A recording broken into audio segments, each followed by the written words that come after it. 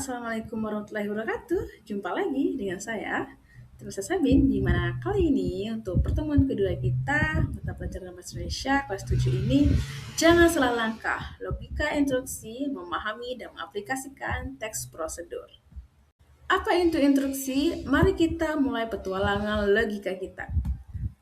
Ciri instruksi yang baik itu pertama jelas, bahasa mudah dipahami dan tidak bertele-tele. Kemudian logis, urutan langkah masuk akal dari awal hingga akhir. Kemudian tepat, memberikan rincian ukuran atau cara yang spesifik. Kenapa logika itu penting, teman-teman? Logika ini seperti puzzle. Bayangkan merakit puzzle tanpa melihat gambar atau urutan berantakan, bukan? Dalam tes prosedur, jika urutannya salah, hasilnya bisa gagal total. Contoh logikanya itu resep makanan. Langkah membuat mie. Yang pertama, rebus air hingga mendidih. Kedua, masukkan mie ke dalam air. Ketiga, tunggu 3 menit. Lalu keempat, tiriskan dan campur bumbu. Bisakah kita menukar langkah pertama dan empat? Tentu tidak. Unsurnya yaitu kalimat perintah menggunakan akhiran lah atau kad. Contohnya, tuangkan, potonglah, siapkan. Kemudian kata kerja dasarnya langsung menggunakan kata kerja tanpa awalan meng. Contoh, aduk hingga rata. Untuk intonasi perintah itu jika diucapkan memiliki penekanan di akhir kata kerja. Tanda seru, sering diakhiri tanda seru untuk mempertegas instruksi. Ini ada verba tindakan versus nomina, di mana verba kata kerja itu fokus pada aksi yang harus dilakukan, yaitu cuci, lipat, nyalakan. Dan nomina, kata benda ini fokus pada alat atau bahan, wadah, gunting, bisa baterai. Konstruksi temporal, penanda urutan waktu untuk menjaga logika urutan.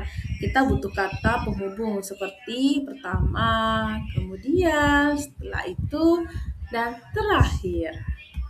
Presisi itu kunci. 5 menit saja tanpa angka yang jelas seperti 5 menit atau 10 gram, instruksi menjadi kabur. Instruksi yang baik selalu menyertakan kuantitas atau durasi agar hasilnya akurat.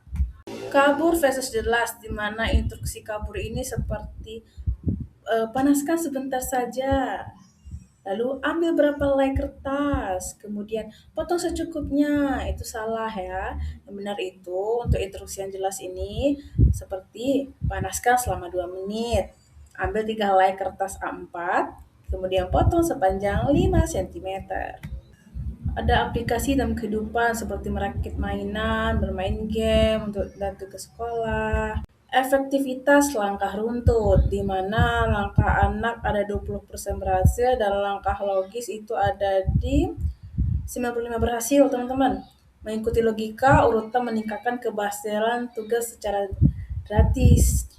Nah, untuk progres pemahaman kita bisa teman-teman lihat untuk grafik ini di awal dan sekarang itu semakin kita berlatih menyusun instruksi, logika kita akan semakin tajam loh. Langkah membuat instruksi itu pertama itu ada rencana, tentukan tujuan utamanya, kemudian draft, tulis langkah-langkahnya dan cek logika, uji urutannya. Nah, sudah di penghujung materi kita pada hari ini, teman-teman. Kalau ada pertanyaan atau yang ingin didiskusikan, boleh langsung hubungi grup WhatsApp tutor ya. Kalian luar biasa hari ini.